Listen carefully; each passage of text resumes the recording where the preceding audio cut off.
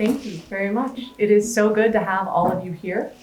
You all look so lovely in your Austrian attire. I love all the different, I always say it wrong. How do we say it? Dirndls. Dirndls. Yeah. I say dirndls and my kids are like, that is not what it's called. The beautiful Austrian dress. Yes. Yes, so thank you guys so much for coming.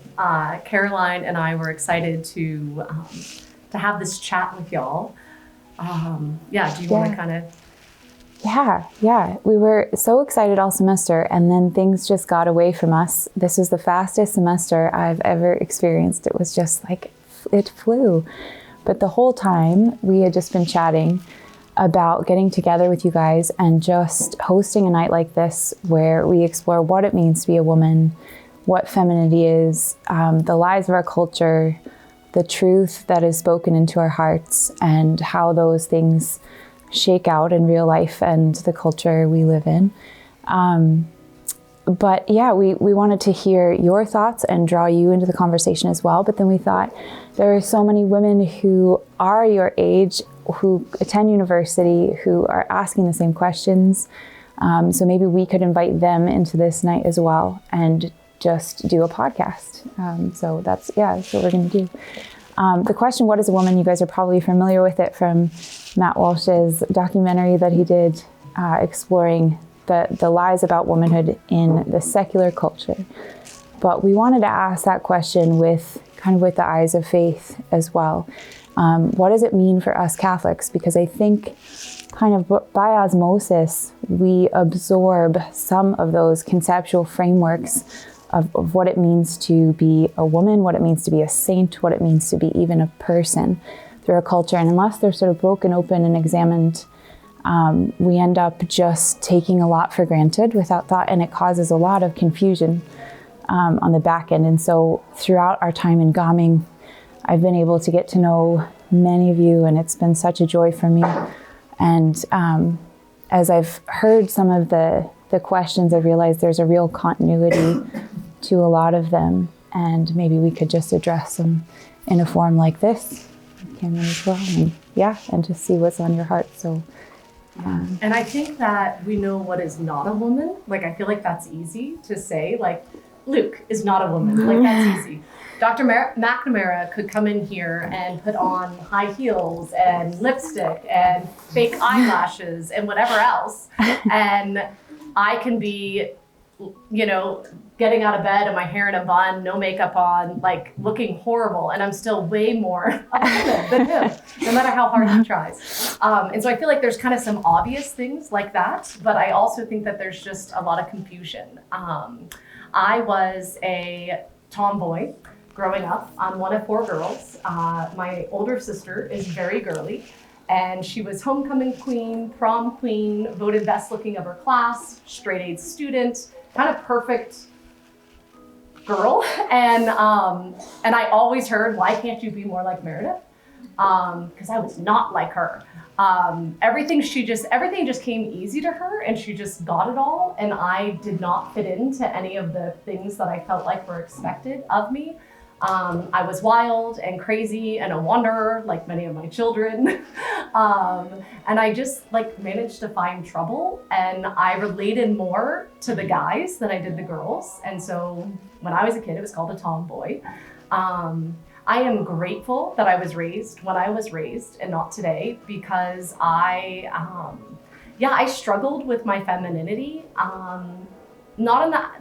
So when I was in second grade or third grade, I broke a boy's nose because he called me a girl.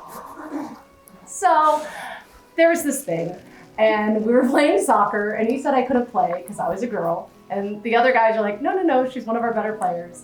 And he said, I won't let you play unless you make me let you play. So I saw him as an invitation. I was like, no problem. Boom.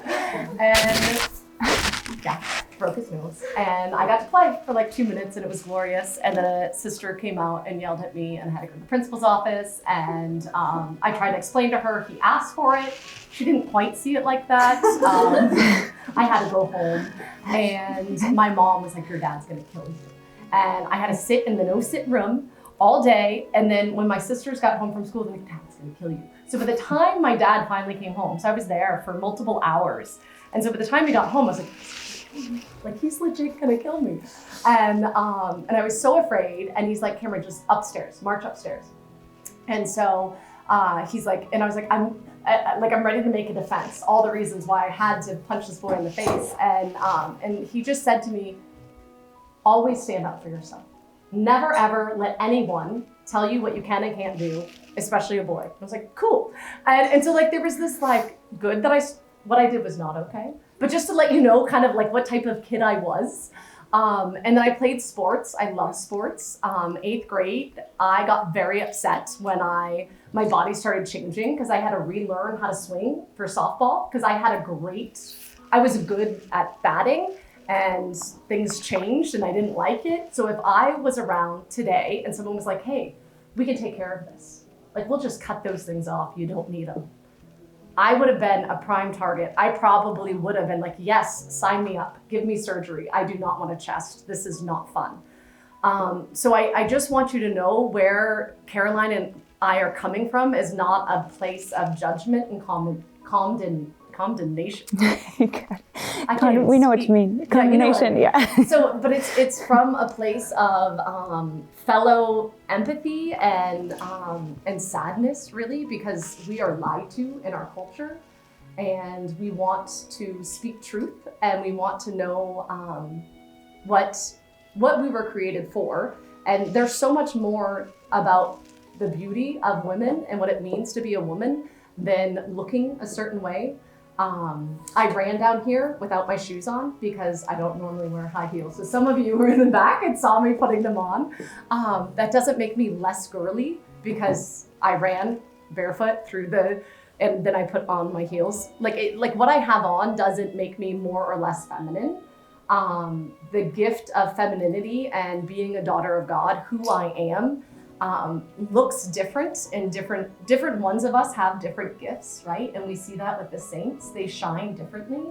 But so much of who we are, like my identity being a daughter of God and letting that come through is in a feminine way because I am feminine, I am a girl, and it will look different between us and men. And we complement each other, right? But even female to female, like it looks different in us. As you can tell, I'm very loud spoken. Caroline is soft spoken. We're equally feminine in that, but we're created differently. And when we're trying to say, no, this is what you have to be and reduce what a woman is to a little box and you have to be in this, everyone loses in that. We're degrading what it means to be a woman when we do that. Yeah, totally. I feel like the canary in the coal mine that culture gives us is this sense that you can externally appropriate things. Like I can take makeup, I can take a dress, I can take high heels or a higher pitched voice. And if I'm a man, I can then become a woman by taking these things outside of myself and putting them on. And I think as Catholics, that's one of the lies that sort of drifts in sideways to us is that we think certain externals will make us feminine and make us truly ourselves. And it's not the case. But I have so much empathy for you guys because when I was in college, it was before the time of Instagram and other social media and just that constant on sense of image and aspiration and just like the ideal before you all the time. Facebook was like just becoming a thing, not to date myself, but I was really saved by that in a way because I know that I would have fallen prey to a lot of those ideals, and that the lack of that gave me a buffer zone in which I could be different than my peers, pursue what I naturally enjoyed. I'm naturally drawn to things like children and family, but I was also a tomboy growing up in different ways. So I would often like run around in a tutu and climb trees barefoot and be like muddy at the same time. So it was this interesting hybrid of like, I liked what I liked. But in becoming ourselves. It's much more a process of unfolding and discovering through a dialogue with reality who we actually are in our givenness, not who we choose to be as this construct that we like impose things on ourselves by taking externalities to ourselves and then somehow trying them on like an outfit. My husband, Dr. McNamara, his favorite saint and a lot of his life's work is tied to St. Edith Stein, who writes a lot about woman. And she has this really beautiful idea of being oneself, first as person and as woman. So it's this idea of every person having this unique, sort of ineffable color. If you can think of like a spectrum of color and all the possible pinpoints of color there, we have our own like texture, color, ineffable core. And that's only partially knowable between other people. It's totally knowable between ourselves and God. And we discover this like as an unfolding, as we become more and more ourselves in acting out of our center. And this is something that we, especially as women who are really intuitive, can kind of feel when we meet someone. It's that sense of authenticity or genuineness. And you can't really put your finger on it. Like you could reduce the person to say, oh, she's like really warm. She makes me feel comfortable. She's down to earth. She's relaxed. And these are all these qualifications. But if I tried to just ape those like qualities, I wouldn't be able to do it in the same way because it's not an unfolding from the center of my being. And so she says that unfolding takes place throughout life, like sort of like a reverse onion or something. And we become more and more of ourselves, the more we ground ourselves into truth and reality. If we lie to ourselves, live a lie, try to hide from that unfolding won't take place. It will be stymied. As mothers, we see this a lot with our daughters. With all of our children, each child is given to us as this like unique and unrepeatable self. And it's so amazing because from such an early age, you can see in their eyes, there's this expression of person that's totally different than their siblings, you know, but they're raised in the same house in the same way, but they're just so themselves. And then the older they get, they become more and more and more themselves. And so all that to say, I really feel for you guys coming into this place of like resting in and taking hold of your femininity in a culture where you have so much pressure to appropriate these externals to yourself and say, I am a woman because I veil at Mass, or I bake sourdough bread, or I wear sundresses, or whatever else the lie may be. Now, those things can be really beautiful if they're an expression of that heart and center of your person. But choosing them for the sake of choosing them is not going to make you more of a woman. And in fact, it will further alienate you from who you are as yourself.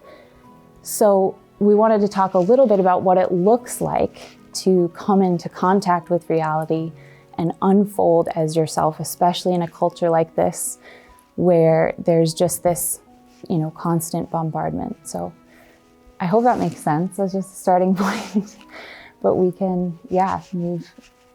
Yeah, no, I think everything you said is so true. And I love this environment in which we've been in for the last few months, that you have that freedom. Like, I think, like, it's very different. Like, I don't know, the gift of being in this like small Austrian town is just so beautiful. And I think the Austrian culture, and I could be wrong because I don't have that much exposure, but I feel like all the things I've bought at the thrift store, I don't know about you guys in your thrift store find, but I feel more feminine when I'm wearing it. Like, I feel like it's flattering and it's like, oh, okay, yes. And I feel like I do sit up straighter and act a little more. It doesn't make me more feminine, but I think it's nice to see. And even like when we had the ball, like it was so beautiful to see everyone Like you just saw people that normally are kind of like this, like blossom. And you're like, wow, look at you with that pretty, and you just like, I don't know, there's something about like owning your beauty and your femininity. And I think obviously you're way more than just someone that's beautiful, but at the dance, it was really neat to see and watch people encounter each other, and just, it was really nice. And I also feel like you have gotten to know these other people that you are here with so well, and you could just be honest. I've had a lot of really good, beautiful, honest, raw conversations where I feel like normally if I ran into one of you at Franciscan, I wouldn't have that. It would be a smile, walk by, whatever. So those heart-to-hearts are huge. And then you're also experiencing the world together. You're experiencing different cultures, traveling. I know going to Poland and being in Auschwitz, like, man, rawness, right? Our hearts were all broken from the suffering. And I think as women especially, like we feel that, like the pain in that. And I think we're all growing and sharing in this. And so I think it's really beautiful that we can have this conversation together. And we want to be really open and honest. And we don't have all the answers, but have more life experience than y'all. And there's something about being like, okay, I've been a woman now for over 40 years, and I don't take it as an insult anymore if someone calls me a girl. I'm not gonna punch anyone in the face. And I'm grateful, like through motherhood, I learned so much more about the gift of the feminine body and being able to feed my children. And I'm so grateful for that. And we've just learned a lot. So I think anything that we can help you, give you guidance in and help you be more of who you are and comfortable in that, then when other external things come, or maybe you come in contact with other people like, no, you have to do X, Y, and Z to be a good holy Catholic woman, you'd be like, actually, no, you don't. Those are fine things in and of themselves, but I am no less of a solid Catholic woman because I'm not whatever it is, veiling at mass, or always wearing a skirt, or baking my own bread, whatever it is, and so just giving you more confidence in that as well. And so we just, wanted to take this time. So yeah.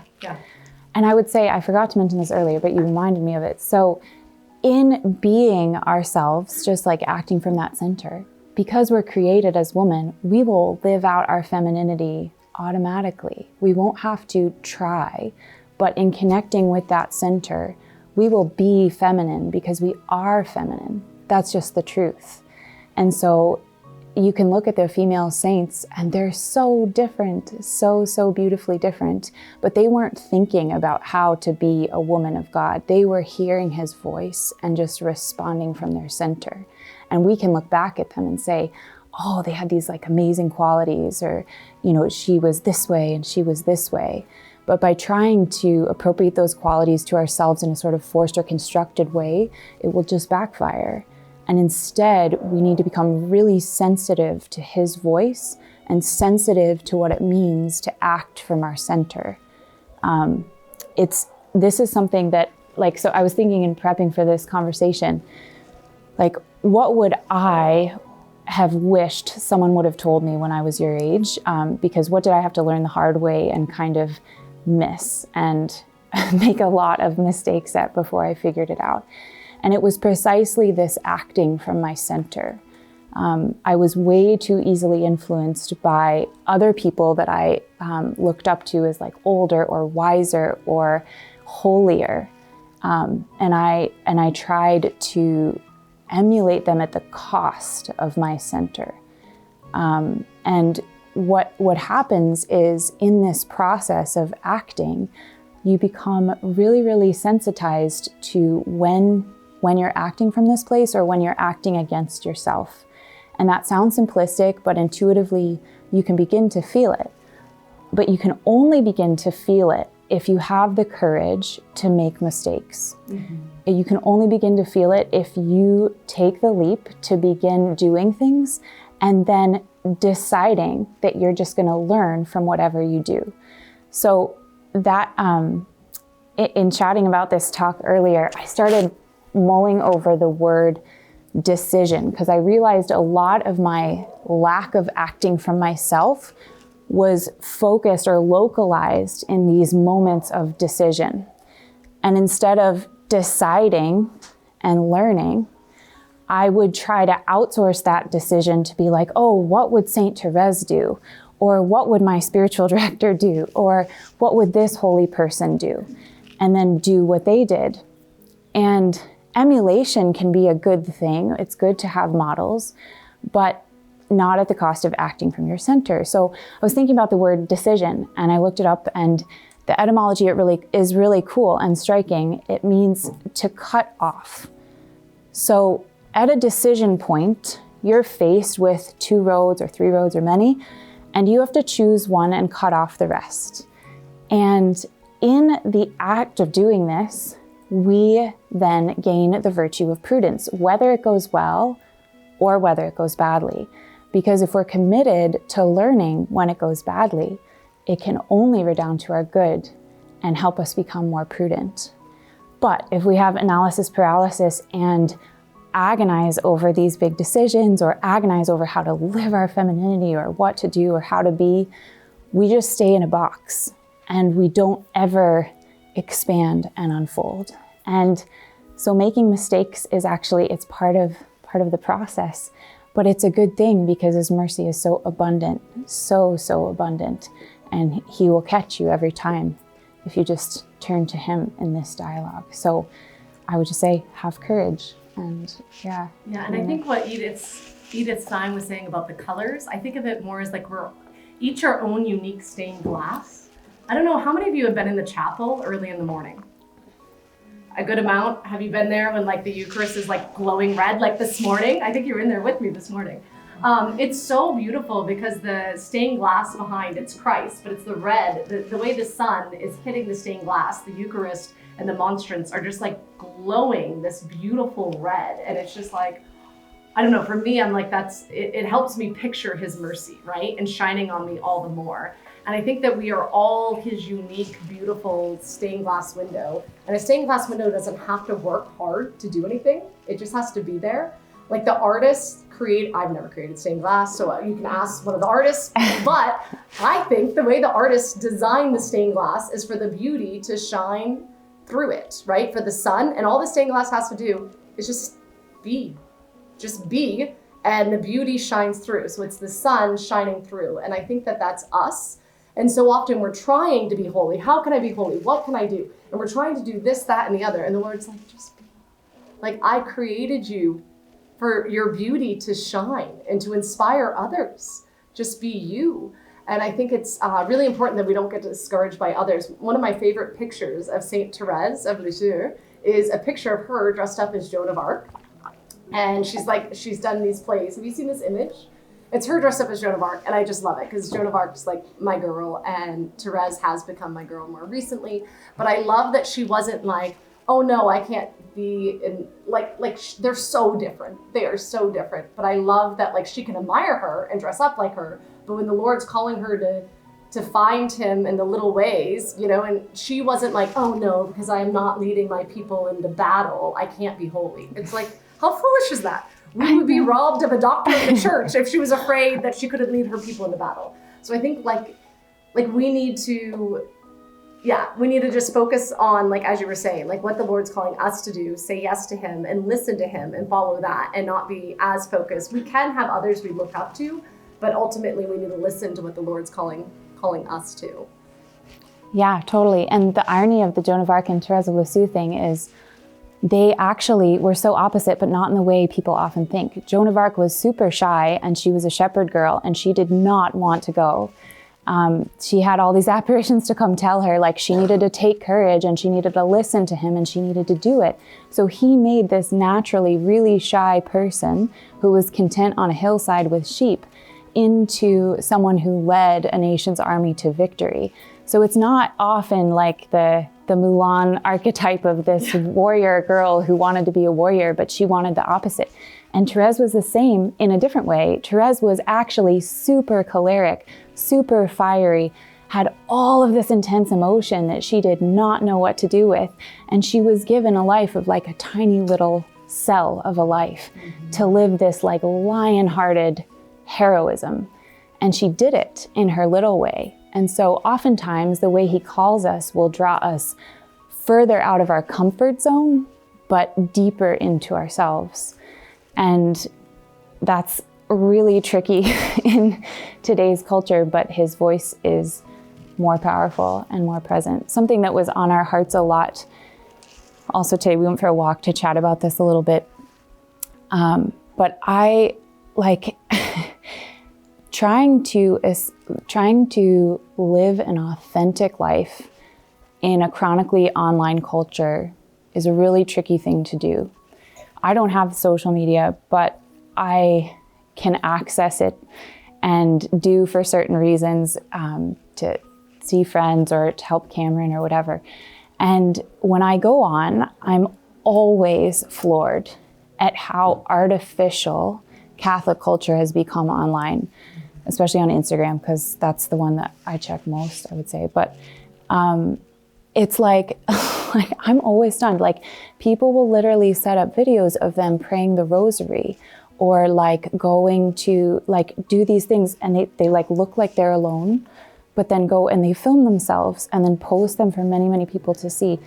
And I understand that that their intentions might begin in a place of wanting to spread the faith, make the faith beautiful, draw people into the faith. But I can't help feel, when being exposed to this, that it's somehow like it's so jarring with that sense of like personal authenticity and sort of an intimacy with the Lord. I think a few people are able to pull it off really well, and I think Cameron's actually one of them. She creates a space online that's just really real, and she's very much herself. And when she posts, you can tell it's just her where she is in life right at that moment. It's not orchestrated, it's not contrived, it's not meant to like sell stuff. It's just her. It's not filtered. And so there's a different feeling that comes with that. It's just like, oh, it's Cameron.